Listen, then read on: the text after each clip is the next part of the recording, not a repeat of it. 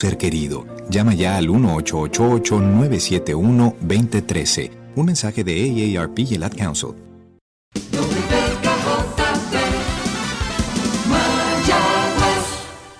Esta radioemisora y su personal no necesariamente se solidarizan con las expresiones vertidas en el programa que sigue a continuación.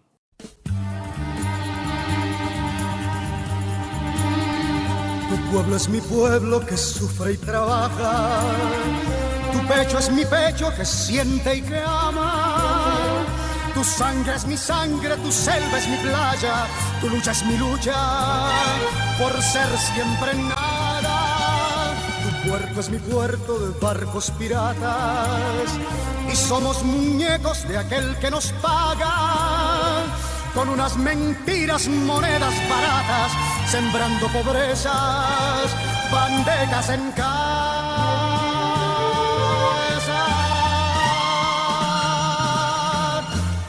Yo quiero un pueblo que ría y que cante. Yo quiero un pueblo que baile en las calles. Yo quiero un pueblo. Muy buenos días a todos nuestros queridos radio escuchas. Les hablamos desde su programa Voces de la Soberanía. El programa Voces de la Soberanía es auspiciado por la Convergencia Nacional Boricua, CONABO, y les habla uno de sus moderadores, Carlos Ulises Pavón Ortiz. Me acompañan en la mañana de hoy los comoderadores Abigail Rivera. Buenos días, Abigail. Buenos días a todos y esperamos poder informar a nuestro pueblo de las situaciones que vive Puerto Rico hoy. Y el comoderador Gabriel Andrés Rodríguez Fernández. Muy buenos días a ustedes y a todos los que nos están escuchando por el radio. El objetivo del programa Voces de la Soberanía es educar al pueblo sobre la valía y los beneficios de la soberanía para Puerto Rico. Llevamos más de 7 años en esta tarea de educación a nuestro pueblo y agradecemos sobremanera la audiencia con que nos regalan y nos dispendian en cada sábado por los pasados tantos años. Tenemos varios anuncios. El primero sobre nuestra dirección electrónica, voces.soberania@gmail.com. A esa dirección nos puede escribir con sus comentarios, sus preguntas, sus sugerencias, sus críticas, y nosotros le prestamos atención en programas subsiguientes. El segundo anuncio que tengo aquí en mi lista es uno de agradecer a una gran cantidad de puertorriqueños que en esta elección general que tuvo nuestro país hace unos días, menos de una semana, muchos buenos puertorriqueños se dieron cita para trabajar y muchos buenos puertorriqueños salieron de sus casas para emitir su voto y su opinión en una o en otra dirección, según ellos lo tuvieran a bien hacer. Tercer anuncio nos lo va a dar Gabriel. Sí, de nuevo, buenos días.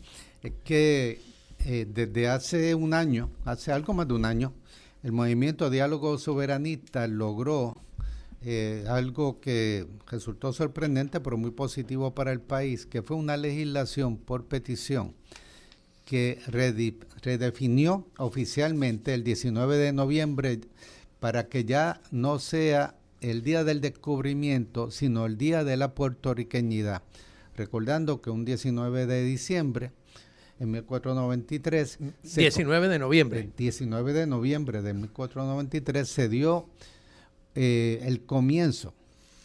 Por esta llegada de los españoles, se dio el comienzo de un proceso que con todas sus luces y sombras, ha resultado en la nacionalidad puertorriqueña.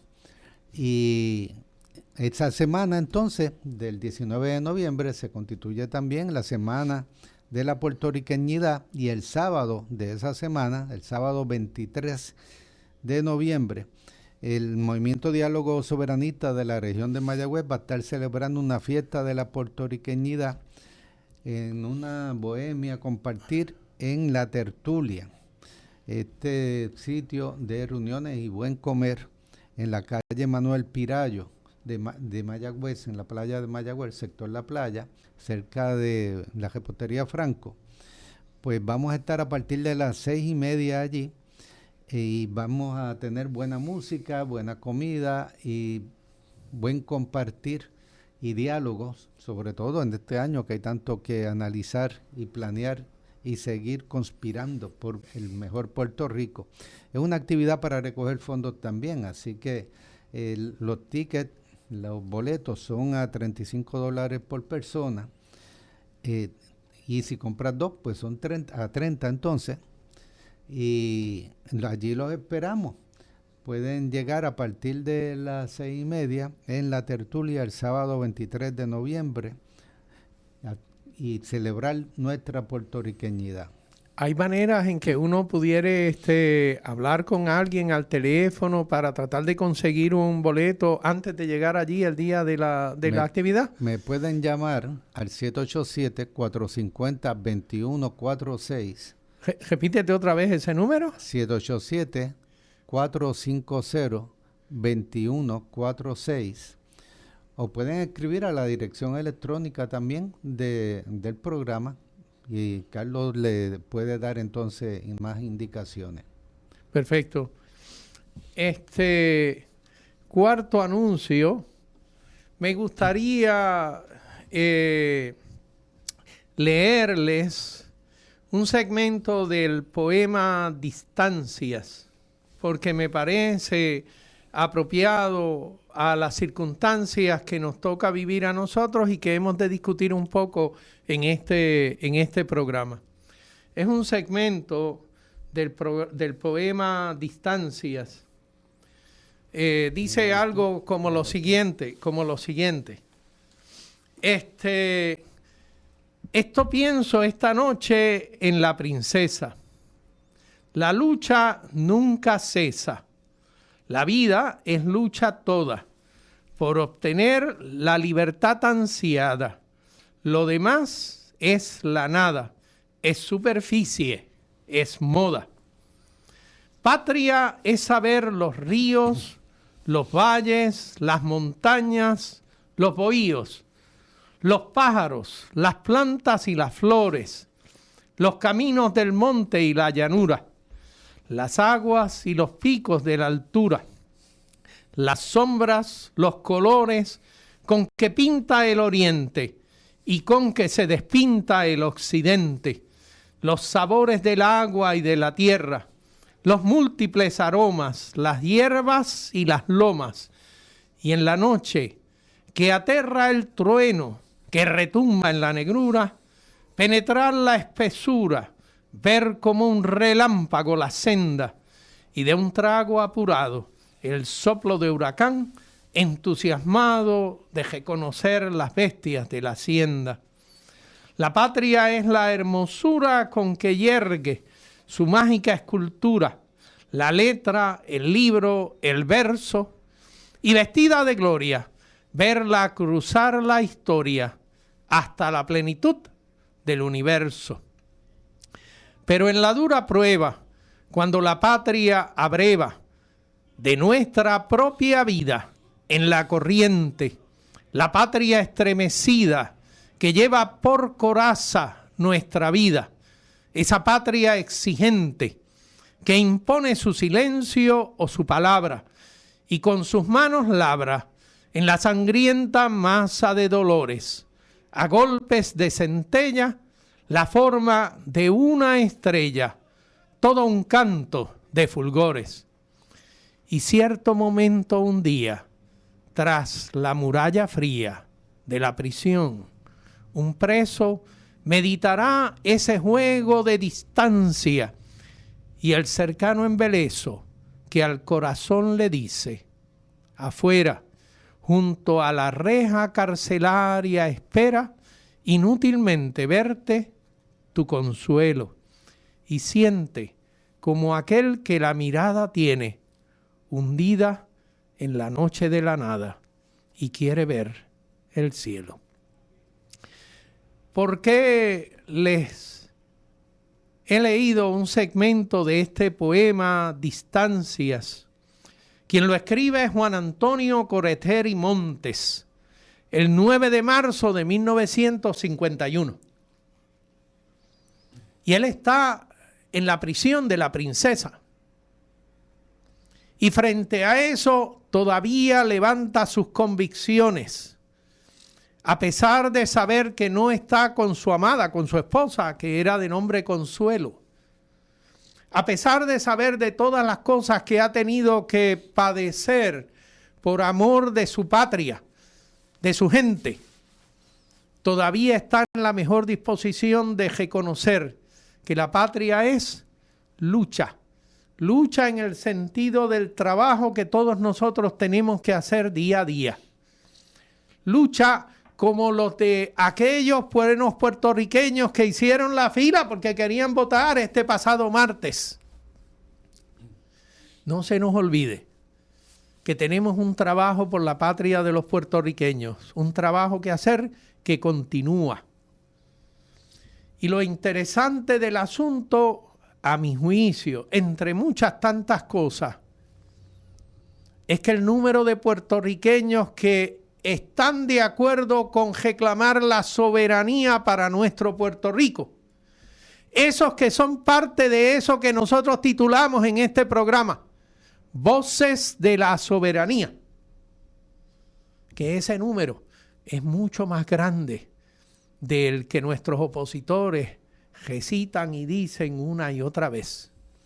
Y en esta pasada elección es claro que una gran cantidad de puertorriqueños salieron a decir: yo tengo mis diferencias con aquellos otros que también defienden la soberanía para Puerto Rico, pero una cosa tenemos en común, y es que nosotros somos soberanistas. Reclamamos el derecho inalienable del pueblo de Puerto Rico en pro de su libertad y de su soberanía. Por eso les quería leer este segmento del poema Distancias de Juan Antonio Correteri. Quisiera añadir que en ese resultado electoral que sorprendió a muchos, a nosotros no tanto, que haya un respaldo abierto y efusivo a la soberanía de Puerto Rico en esa papeleta. Y cuando digo efusivo, porque inclusive las organizaciones independentistas, el MIN y el PIB, habían pedido que votaran en blanco. Y sin embargo, sus seguidores y los que no son sus seguidores, pero que son buenos puertorriqueños y puertorriqueñas que aspiran a la soberanía, de todas formas decidieron votar, sea por la independencia o por la soberanía en asociación con Estados Unidos. Y va en realidad incluso más allá, porque si uno analiza esto de este conjunto de los estadistas, encontramos que es verdad que hay un liderato estadista que se distingue por actuar como si fuera una mafia corporativa, en la que hay mucha corrupción, que se roba mucho de los fondos públicos. Y hay también entre el resto de los estadistas algunos que desprecian su puertorriqueñidad o que incluso son norteamericanos. Recordemos, hay cientos de miles de norteamericanos que viven ya en Puerto Rico y que tratan de imponer su lengua en los comercios en Rincón y en otros pueblos de la isla ya, porque se van convirtiendo en mayoría de la comunidad porque desplazan a los de aquí.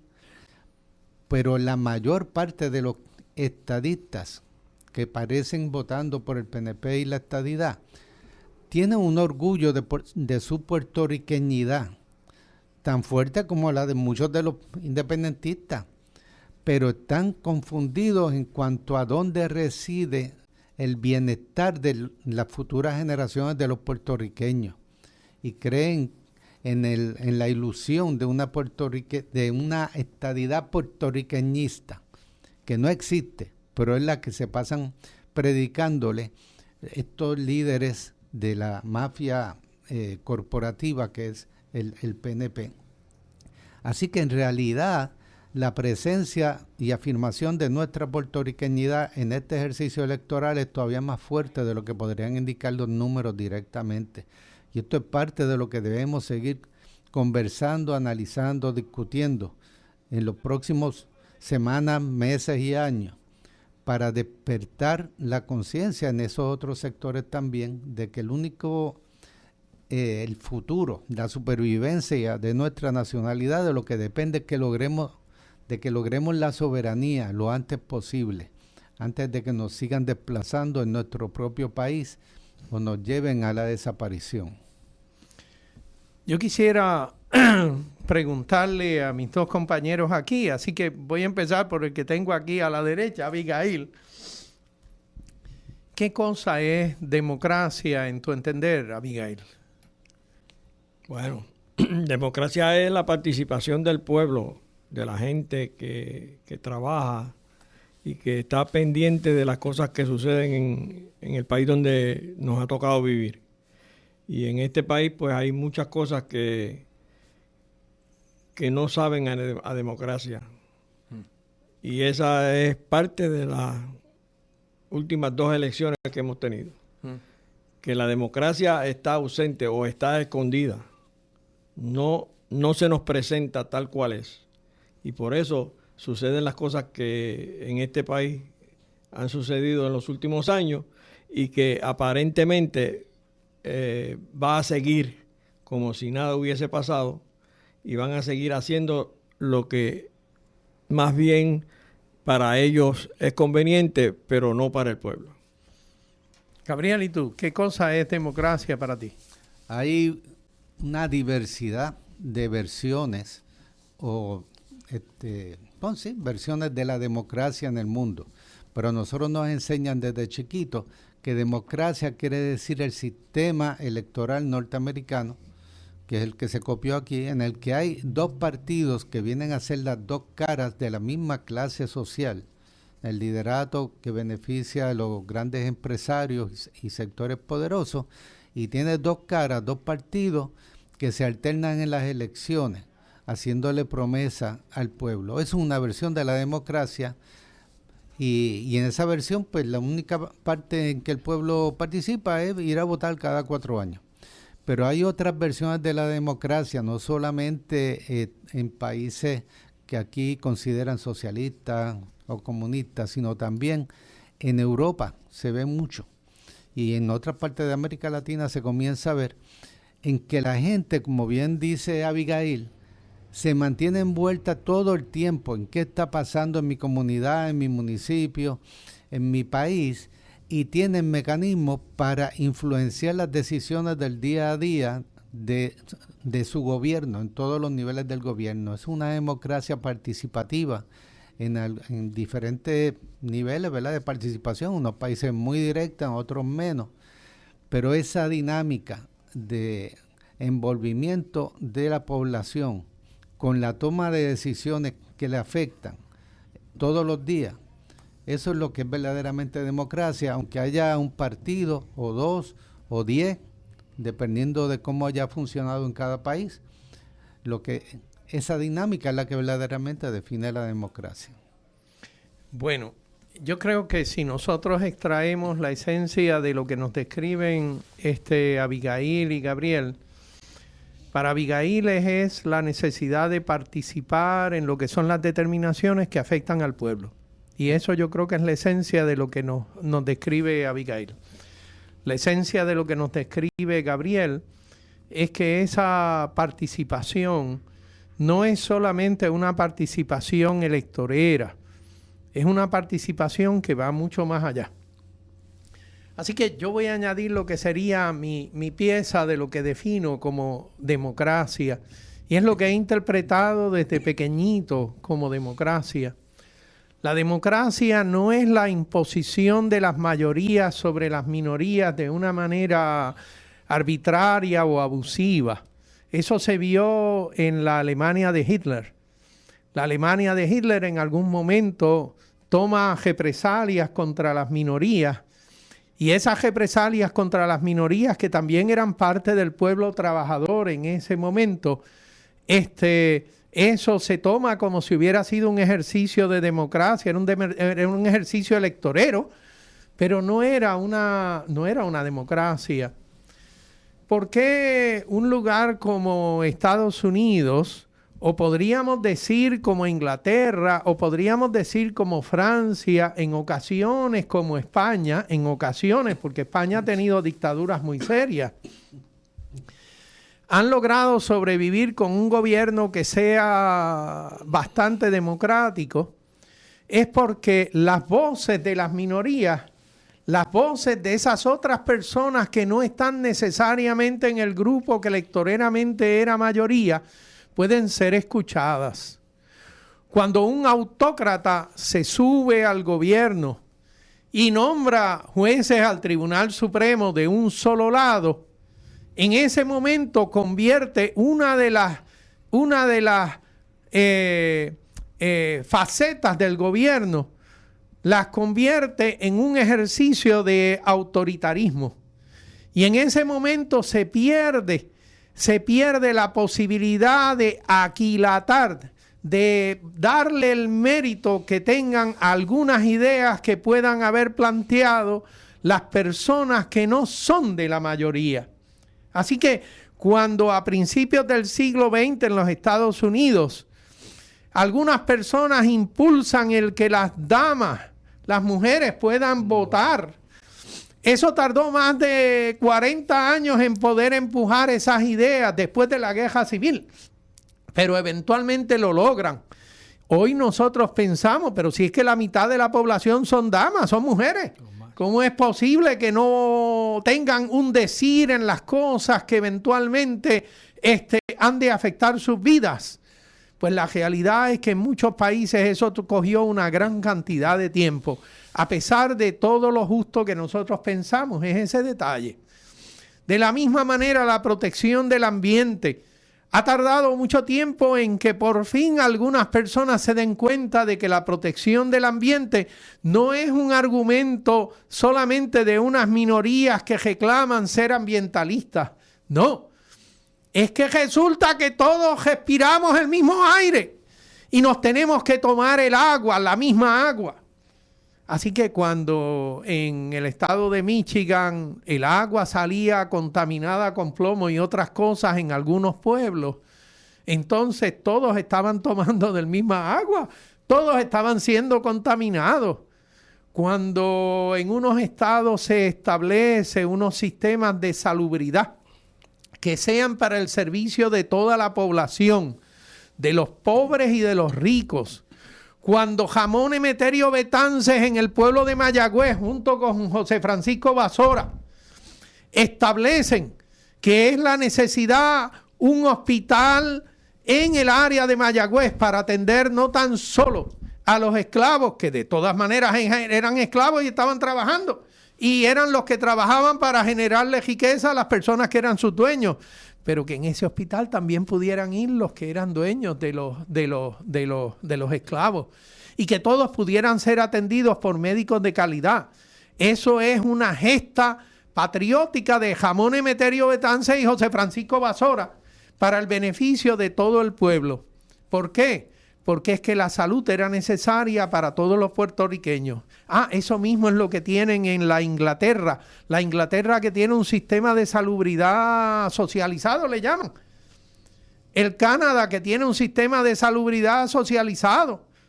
En Suecia, que tienen un sistema de salubridad socializado.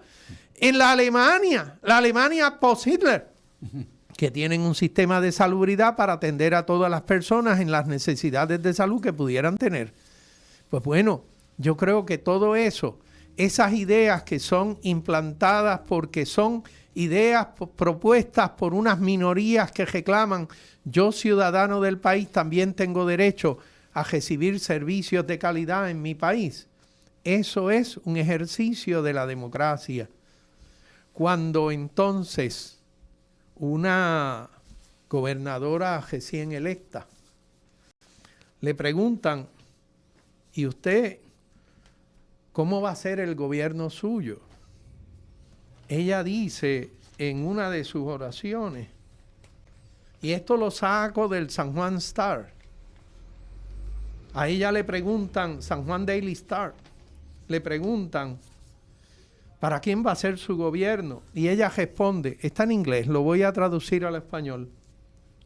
Hoy inicia una nueva página del respeto para todos aquellos que piensan diferente, porque yo voy a ser la gobernadora de todos los puertorriqueños, de aquellos que votaron, de aquellos que no votaron, y aún de aquellos que no me apoyaron en las elecciones. Y esa fue la respuesta de ella. Y entonces ahora viene lo que vienen en detallitos, que le preguntan un poquitito después. En el Nuevo Día, que le hicieron también, participaron de una entrevista, este señor Manuel Guillama Capella. Entonces le pregunta que cómo ella va a marchar en sus legislaciones y en sus cosas. Y entonces ella le responde, aunque la legislación se va a radicar en enero, mi intención es poder compartirla en términos de bojadores y discutirla con la mayoría legislativa entrante en diciembre. Dice más adelante, bueno, ¿y qué proyectos son los que le van a poder aprobar en sus primeras semanas? Las primeras legislaciones, dice ella, son la ley de permisos y la del SAR de energía, pero también podrían ampliarse a la ley de alianzas público-privadas, a revisiones en las autoridades de ley para lo que tiene que ver con los cambios en la ley de permisos, el poder sacar la Junta de Planificación del Departamento de Desarrollo Económico, pero entre otros temas también nos interesa la reforma contributiva, educación, las necesidades de personas con diversidad funcional y congelar los cobros correspondientes al impuesto al inventario por 5 años. Cuando le preguntan, ¿y qué va a hacer ese SAR de la energía?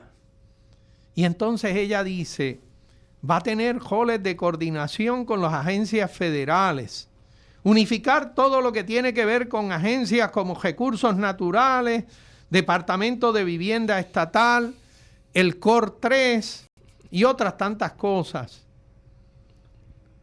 Y entonces cuando le preguntan con quiénes se ha reunido y con quiénes se va a reunir, la respuesta de la gobernadora electa es algo como lo siguiente, y esto se lo leo del vocero del 8 de noviembre. Dice, cuando le preguntan, González Colón señaló que sostendrá reuniones con el liderato electo a la legislatura durante los próximos 2 meses de este año para ir adelantando la discusión. Recalcó que las prioridades legislativas será atender la ley de permisos y apuntar a un SAR de energía para atender la crisis energética o eléctrica en la isla. Además, adelantó que entre esta semana y la próxima sostendrá una reunión con la Federación de Alcaldes. Yo entonces le levanto la siguiente pregunta a ustedes, mis queridos radioescuchas. Esta gobernadora electa, que por un lado dice que va a ser la gobernadora de todos los puertorriqueños, pero entonces cuando llega la hora de con quién se está reuniendo para atender cuáles legislaciones, parece ser que solo le interesan las reuniones con los cuadros del Partido Nuevo Progresista, del cual ella es partícipe. Así que, o una de dos, o es que los únicos puertorriqueños son los que están en el Partido de la Negación Puertorriqueña, o es que el resto de nosotros somos indiecitos con tapajabos, que no valemos mucho ante los ojos de esta que dice va a ser gobernadora de todos los puertorriqueños. No sé, ¿qué les parece a ustedes esa descripción? Eso es algo que no no va con lo que ella dice ser o dice hacer. Es decir, si se va a reunir única y exclusivamente con quienes están con ella, porque ella los designó a tal puesto o al otro puesto, entonces no está contando con el pueblo, no está contando por los otros que, aunque no salieron, tienen la misma intención de trabajar por el pueblo de Puerto Rico y de hacer las cosas como hay que hacerlas, cosa que en los últimos años no está pasando. Hay también cosas que ya va haciendo, además de estas reuniones, que van dando también mala espina, porque es fácil dar un discurso, unas contestaciones que suenan muy bonito, que voy a hacer, bueno, va a ser la gobernadora de todos los puertorriqueños, hayamos votado por ella o no, pero lo puede decir en un sentido inclusivo, de que eso quiere decir que todos los puertorriqueños hayan votado por mí o no, van a ser parte de ese gobierno, se pueden acercar a nosotros, o lo puede decir en el sentido de que ahora todo el mundo está bajo mi mando y yo ejerzo el mando como yo quiera, que eso es una cosa que señaló o demostró ya desde el día de ayer o anteayer, cuando así sumariamente ejecutó a Nino Correa. Parece que el hecho de que Nino Correa, como director de la agencia de emergencias, tenga tanto respaldo en el pueblo, y que Juan Dalmau, ante la insistencia de que le preguntaban en una entrevista, bueno, y cuando sea gobernador, si es gobernador, ¿a quiénes va a retener en el gobierno?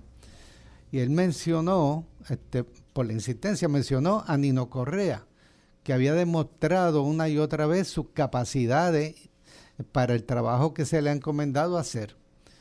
Y menos mal que le siguieron diciendo, insistiendo, pero ¿y quién más? ¿Y quién más? Y él dijo, no, porque no quiero que empiecen las ejecuciones desde ahora.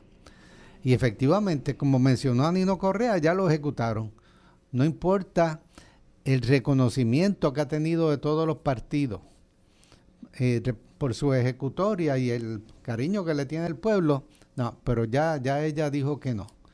No va a ser parte de su gabinete. Y sí va a ser parte de su gabinete Johnny Méndez, o sea, de su equipo de trabajo, ¿verdad? De control de todo, va a estar Johnny Méndez, que tiene una larga serie de imputaciones de corrupción por asociación con el famoso Santa María, el zar de la basura. El Oscar Santa María. Oscar Santa María, que lo tenía trabajando en la legislatura desde años antes de que se descubriera. Empresario de recogido de basuras y de construcción de calles, porque él tenía las dos cosas en su compañía. Exacto. Era de asfaltar y de recogido de basura. Y operaba desde la legislatura de Johnny Méndez, y estaban asociados, y sin embargo cuando empezaron la investigación contra Santa María, Johnny dijo, no, yo no lo conozco, que eso es la frase de no conocer los primos, no conocer a los asociados, ¿verdad? Después le costó reconocer que el tipo había trabajado bajo su supervisión, al igual que trabajó bajo su quien le autorizaba los pagos a la secretaria de la Tata Charbonnier, era precisamente Carlos Johnny Méndez.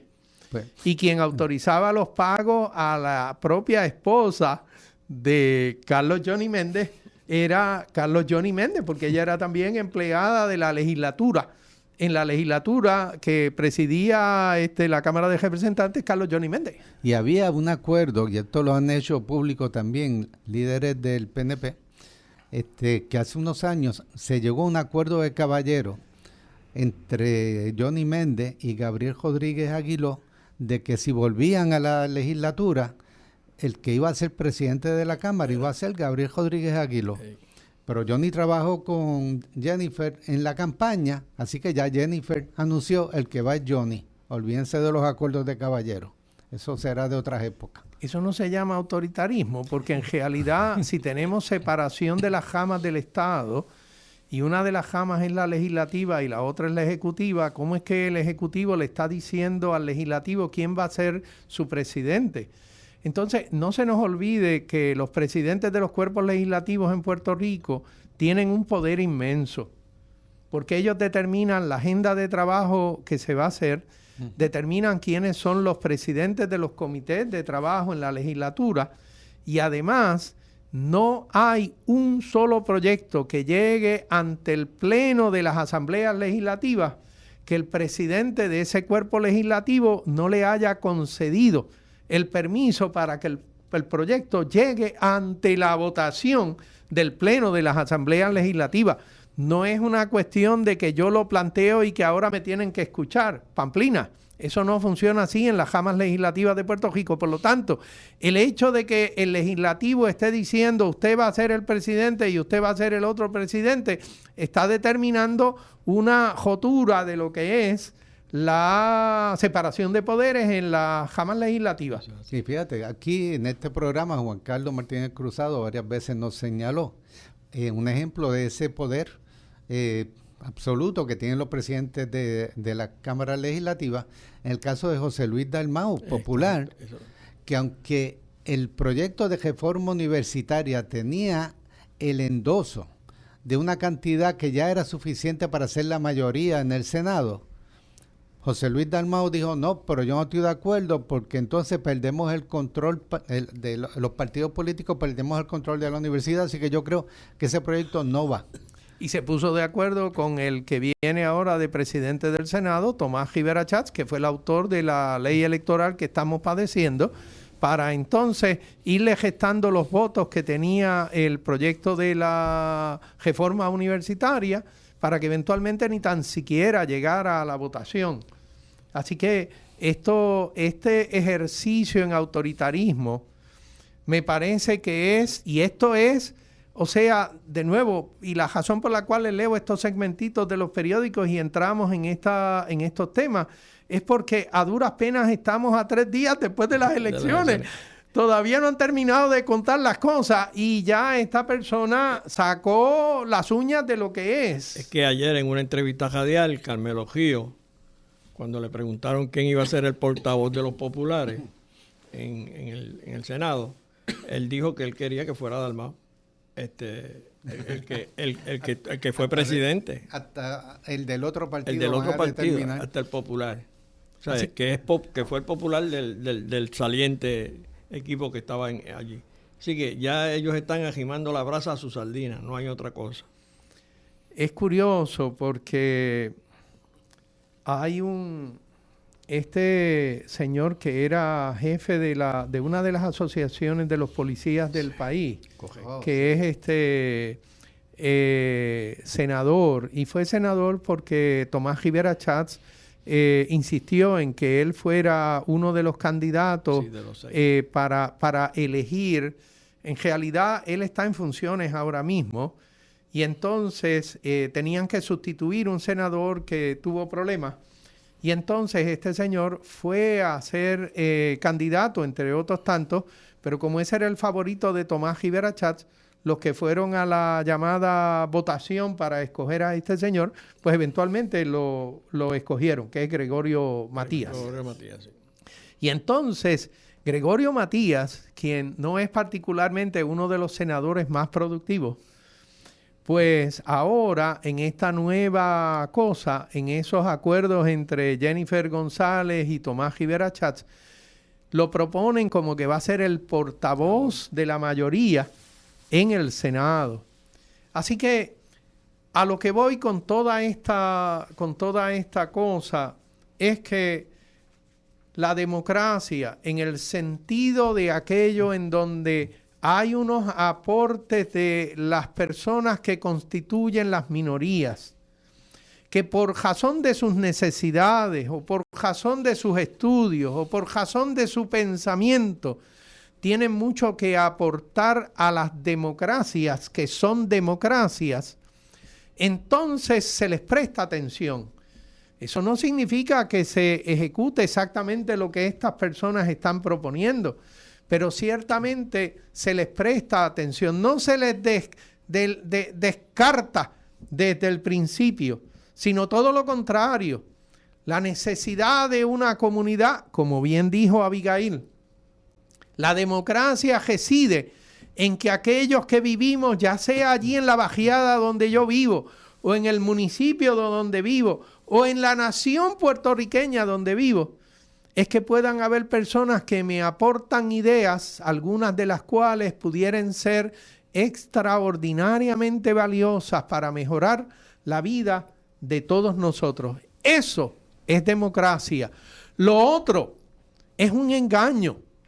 El decir, y le preguntaron, pero ¿y qué pasó con el asunto de que hay 2 de los partidos le pidieron a sus correligionarios que dejaran la papeleta en blanco en el plebiscito sobre alternativas de estatus? Y la respuesta de esta señora González es que es una respuesta que hemos escuchado anteriormente. Los que votaron, esos cuentan. Los que no votaron, aunque el no votar fuera una queja enteramente válida de que no me gustó el asunto, esos no cuentan. Eso nos recuerda al gobernador Pedro Rosselló cuando le preguntaron sobre un plebiscito y él dijo que la alternativa aquella de que ninguna de las anteriores, eso no era alternativa viable. Y aunque había estado en la papeleta y esa fue la que ganó en ese plebiscito, él dijo que eso no contaba. Él se abrogó el decir qué contaba o qué no contaba en la decisión del pueblo. Yo creo que cuando nosotros pensamos que el dueño de la tienda en la esquina puede que sea un señor o señora PNP, y yo le merezco tanto respeto como él me merece respeto a mí. Y yo lo aprecio tanto como él me debe apreciar a mí. Yo soy su cliente y él es el que me está vendiendo las cosas. Pero tenemos que tener un aprecio hacia la patria de todos los puertorriqueños. El alegato de la gobernadora electa de que yo voy a ser gobernadora de todos los puertorriqueños no puede ser un slogan de campaña. Tiene que ser una oración veraz. Y cuando ella en sus acciones demuestra la imposibilidad o la indeseabilidad de cumplir con sus propias expresiones, va demostrando el color de lo que es. Va demostrando que no es una persona muy veraz. Eso casi me recuerda lo que escribió de ella una ex jueza de Puerto Rico. Ella va a estar gobernando para ciertos sectores y las prioridades que anunció para la primera legislación tienen que ver con eso.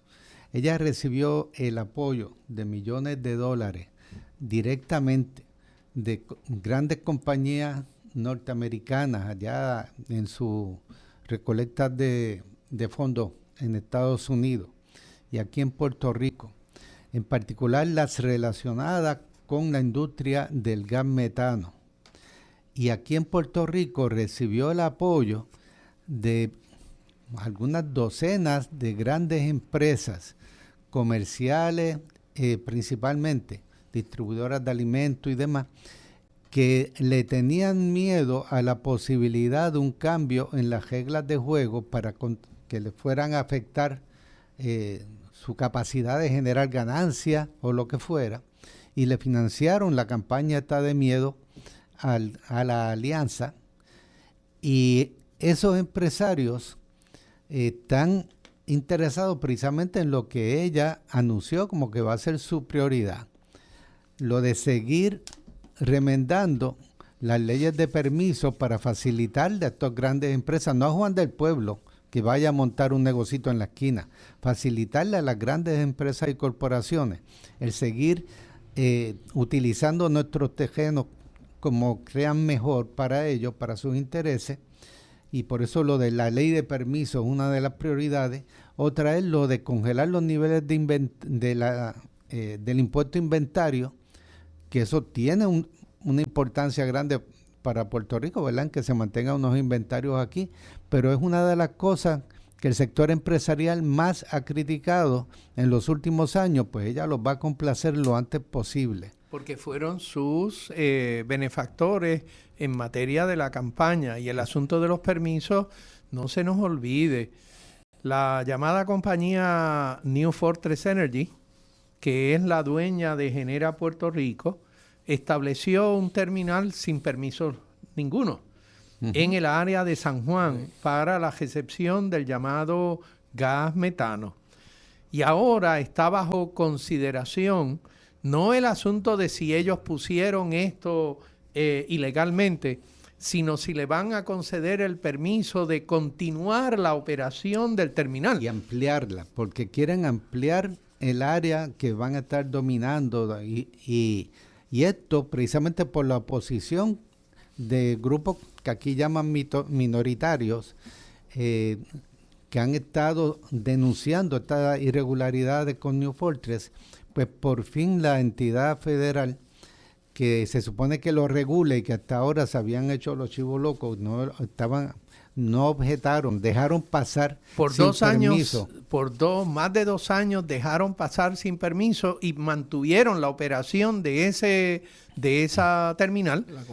Y como ahora la quieren ampliar, y ya la guardacosta misma dijo que eso no se podía permitir, que siguieran acaparando allí legalmente más áreas, pues ahora por fin va a haber unas vistas públicas el 18 de noviembre, que llamamos también al pueblo a que esté pendiente de esto y a los grupos ambientales y preocupados por la salud del pueblo, que vayan a esas vistas el 18 de noviembre. Y ese es un jugador sumamente importante para los próximos años, en que va a estar pasando en Puerto Rico, porque hasta requete comprobado durante los últimos años, muchos años ya, la asociación estrecha que hay entre Jennifer González, la nueva gobernadora, y la industria del gas metano de Estados Unidos.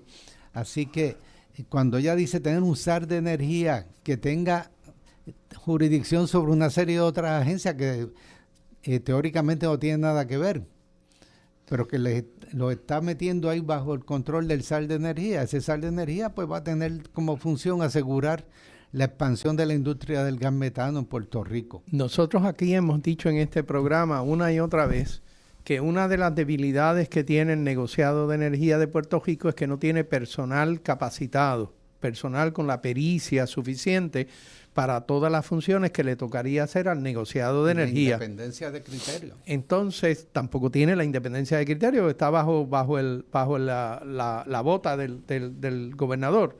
Y ahora va a estar bajo la bota de la gobernadora. Pero la gobernadora quiere un SAR de energía que lo que va a hacer es, como le leí de la entrevista que le hicieron, roles de coordinación con las agencias federales.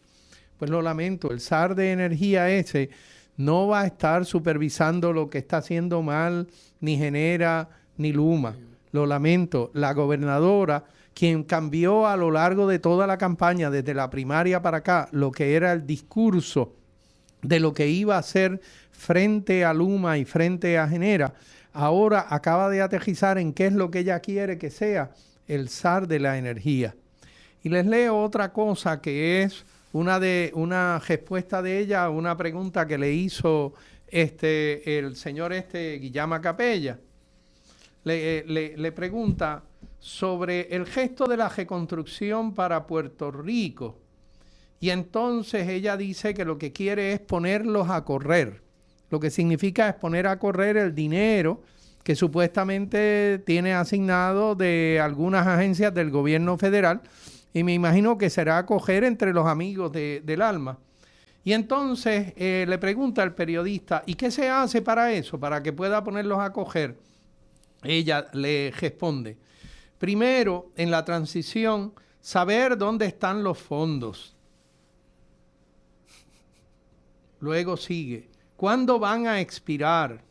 Y ver si se puede hacer algo como congresista comisionada residente para que se vuelvan a autorizar. Segundo, cortar toda esa burocracia que hace que todas esas cosas no se ejecuten. Voy a tener gente supervisando. Esa es la respuesta de ella a lo que le pregunta el periodista sobre cómo es la solución al asunto de los dineros.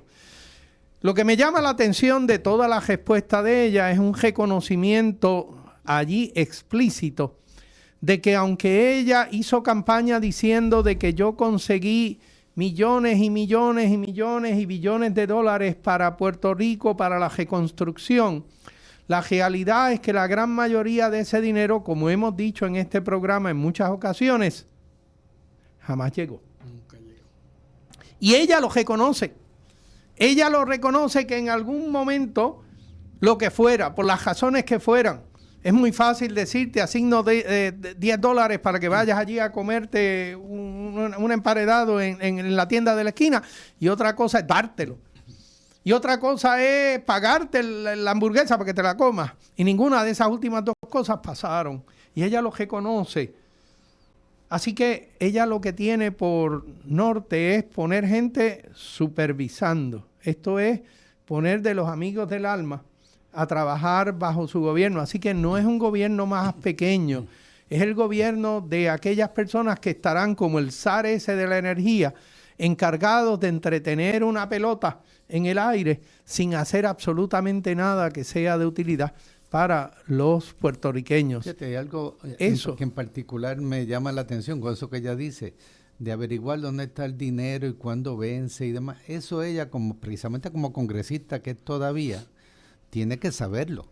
Esa información la tiene que tener en su escritorio allá en Washington. Quizás que como hace tiempo que no va a Washington, pues no lo ha visto. Y cuando dice echarlo a correr, entonces ella puede echar a correr algo todavía y no lo había hecho. O sea, hay una serie de cosas que son medias nebulosas en estos incongruencias. Y yo le llamaría un poquito, tú lo que estás diciendo es que son incongruentes, pero yo le llamaría otra cosa. Es que todo su mensaje durante la campaña me da la impresión que no fue veraz. Y ahora, 2 días después de las elecciones, lo que nos está diciendo tampoco es una cosa muy veraz. Así que lo lamento. Tengo unas expectativas bien pobres de la labor que esta señora pueda hacer lealmente en beneficio de la patria de los puertorriqueños. Usted me dirá, pero es que ella es PNP, ella es estadista. No, pero ella es puertorriqueña, igual que usted y que yo. Y ella tiene una obligación. La función que ella va a hacer como gobernadora no es autorizada por el gobierno de Estados Unidos. Ella es un funcionario de los puertorriqueños. Y cuando nosotros fuimos a las elecciones, fuimos con miras a que si sale mi candidato, ese candidato va a ser el gobernador de los puertorriqueños. Si sale el candidato de los otros, ese va a ser el gobernador de los puertorriqueños y tiene las mismas obligaciones que tendría el mío respecto de sus oponentes, porque es servir a los puertorriqueños con lealtad. Yo tengo mis dudas de que esta persona tenga en su mente la capacidad de ser leal a la patria de los puertorriqueños. Y eso me causa gran preocupación. Tenemos aquí, acabando de entrar por la mesa, a un señor muy conocido, José Israel Alameda. Buenos días, doctor. Saludos, venía oyéndolo y saludo a ustedes 3 que están por aquí. Los venía oyendo y está muy buena la conversación.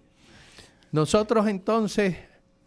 Sí, es que quería traer otro aspecto importante, aunque faltan pocos minutos ya para terminar, pero es de las cosas que hay que recordar. Yo vine a comer. Puerto Rico,